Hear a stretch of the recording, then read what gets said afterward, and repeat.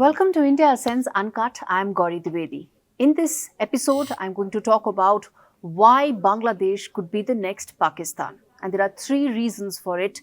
Deeply ironic it will be if it does happen, but there are three reasons why it could. First of all, Bangladesh was East Pakistan.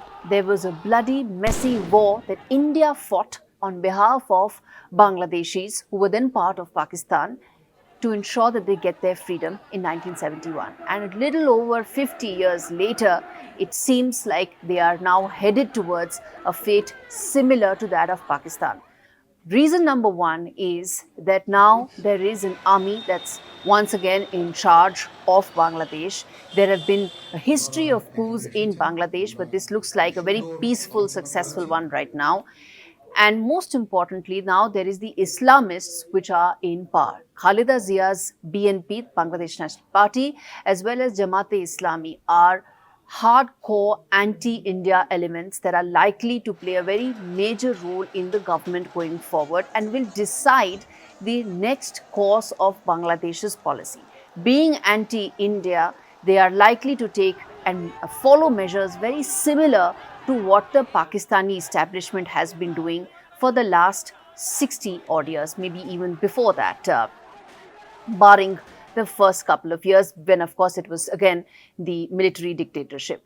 But having said that, the second important point is that Pakistan's fate right now is tied to how it cannot pay Chinese loans, and it is set for, in fact, it's headed for bankruptcy simply because the loans that it now has, that it needs to repay to China, it just cannot.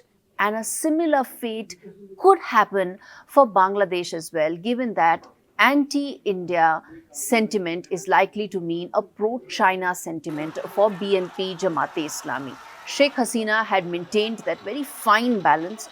There was Chinese investments coming in, but she did have a very clear pro-India stance as well. The Teesta water project was one such example.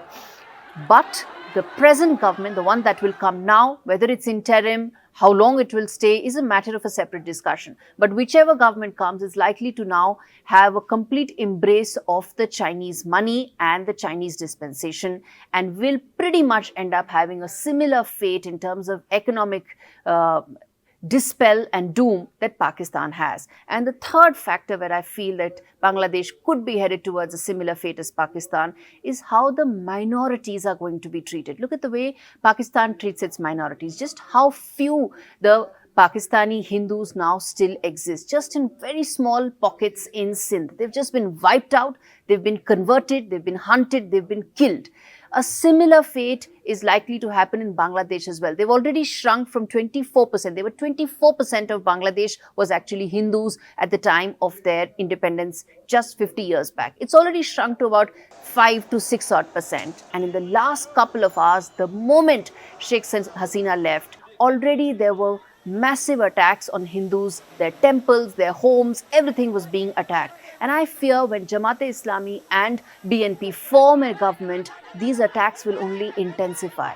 The minorities who are still there in Bangladesh are staring at a very tough, uncertain future of possibly being wiped out completely. A fate similar to what is happening in Pakistan. So I feel these are the three reasons why Bangladesh could have a fate very similar to Pakistan in the next couple of years.